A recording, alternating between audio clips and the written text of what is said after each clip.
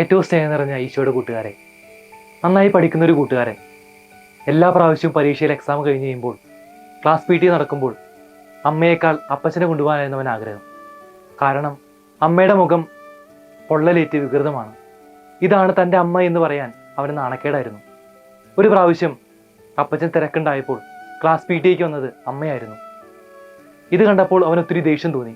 തിരിച്ച് വീട്ടിലെത്തിയപ്പോൾ അമ്മയെ കുറ്റപ്പെടുത്തുകയും തെറ്റായ വാക്കുകൾ പറഞ്ഞ് അമ്മയെ വേദനിപ്പിക്കുകയും ചെയ്തു. ഇത് കണ്ട പിതാവ് അവനെ വിളിച്ചുകൊണ്ടുപോയി അവനോട് പറയുകയാണ്, നിന്റെ അമ്മ സുന്ദരിയായിരുന്നു. ചെറുപ്പത്തിൽ നീ തീയിലകപ്പെട്ടപ്പോൾ നിന്നെ രക്ഷിക്കാൻ വേണ്ടി അവൾ തീച്ചൂളയിലേക്ക് എടുത്തു ചാടി. എന്നിട്ട് നിന്നെ നെഞ്ചോട് ചേർത്ത് പിടിച്ചുകൊണ്ട് ആ തീച്ചൂളയിൽ നിന്ന് നിന്നെ രക്ഷിച്ചു. അപ്പോഴാണ് സുന്ദരമായിരുന്ന അവളുടെ മുഖം വികൃതമായി മാറിയത്. ഇത് കേട്ട ഉടനെ അവൻ ഓടിച്ചെന്ന് അമ്മയെ കെട്ടിപ്പിടിച്ചു. എന്നിട്ട് വികൃതമായ അമ്മയുടെ മുഖത്ത് മാറി മാറി ചുംബിച്ചു.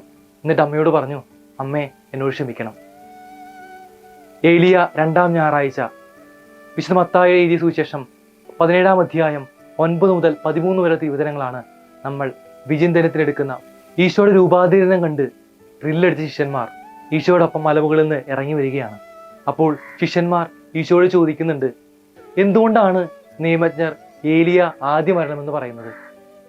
അപ്പോൾ ഈശോ പറഞ്ഞു കൊടുക്കുന്നത് ഇങ്ങനെയാണ്, ഏലിയ വന്നു കഴിയുമ്പോൾ എല്ലാം പുനഃസ്ഥാപിക്കും.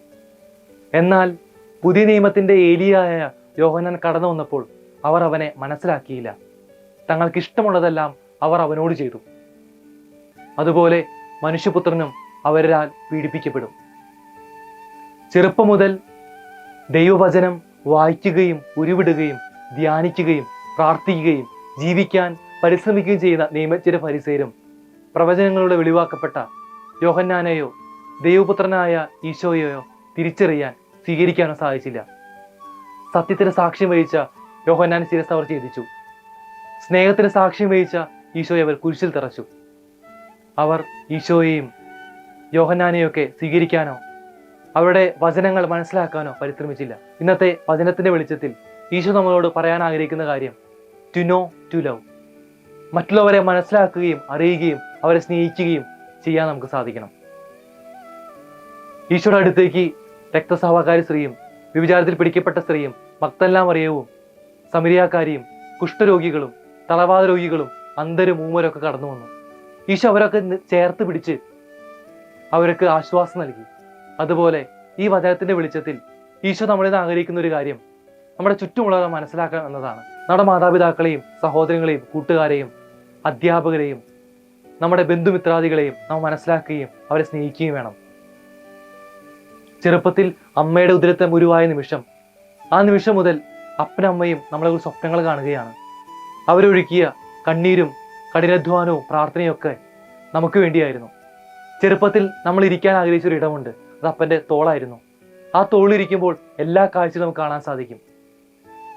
അവർ പഠിക്കാത്ത പാഠങ്ങൾ നമ്മൾ പഠിക്കാൻ, അവർ കടന്നു പോകാത്ത ജീവിത സാഹചര്യങ്ങളിലൂടെ നമ്മൾ കടന്നു പോകാൻ, അവരെത്താത്ത ഉയരങ്ങളിലേക്ക് നമ്മൾ എത്താൻ അവർ ഒത്തിരി പ്രയത്നിച്ചു. പക്ഷേ പലപ്പോഴും നമ്മളത് മനസ്സിലാക്കാറില്ല. അവരുടെ നിറവും വർത്തമാനവും സംസാരവും ഇടപെടലൊക്കെ നമുക്ക് ഇഷ്ടപ്പെടാറില്ല. നമ്മൾ അതിൽ നിന്ന് മാറി നിൽക്കുകയും ചെയ്യാറ്, അവരെ മാറ്റി നിർത്തുകയും ചെയ്യാറ്. ഈശോ ആഗ്രഹിക്കുന്ന ഒരു കാര്യം അവരൊക്കെ ചേർത്ത് നിർത്താനാണ്. ഈ വചനത്തിന്റെ വെളിച്ചത്തിൽ നമ്മുടെ തിരക്കുകളിൽ നിന്നൊക്കെ ഒന്ന് മാറി നമ്മുടെ ഫോണുകളൊക്കെ മാറ്റിവെച്ച് നമ്മുടെ അപ്പച്ചനും അമ്മയുടെ അടുത്തേക്ക് നമുക്ക് വന്നിരിക്കാം. അവരോട് വിശേഷങ്ങൾ ചോദിക്കാം, പരസ്പരം നമ്മുടെ ജീവിതങ്ങൾ പങ്കുവയ്ക്കാം. കഴിയുമെങ്കിൽ അവരോടൊപ്പം ഒരുമിച്ചിരുന്ന് ഭക്ഷണം കഴിച്ച് പ്രാർത്ഥിക്കാം. അവരുടെ നെറ്റിത്തടത്തിൽ ഒരു വിശുദ്ധമായ ചുംബനം നൽകാം. ഈശോ ആഗ്രഹിക്കുന്ന ഒരു കാര്യം നമ്മുടെ കൂടെയുള്ളവരെ മനസ്സിലാക്കാനും അവരെ സ്നേഹിക്കാനുമാണ്. ദൈവം നമ്മളെല്ലാവരും അനുഗ്രഹിക്കട്ടെ. ആമേൻ.